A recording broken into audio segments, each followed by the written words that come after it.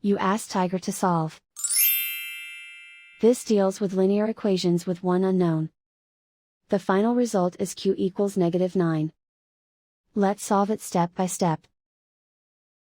Group all q terms on the left side of the equation. Subtract 4q from both sides. Group like terms. Simplify the arithmetic. Group like terms. Simplify the arithmetic. Group all constants on the right side of the equation. Subtract 8 from both sides. Simplify the arithmetic.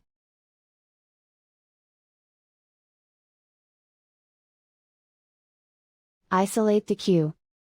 Divide both sides by 2. Simplify the fraction. Find the greatest common factor of the numerator and denominator. Factor out and cancel the greatest common factor. And so the final result is q equals -9.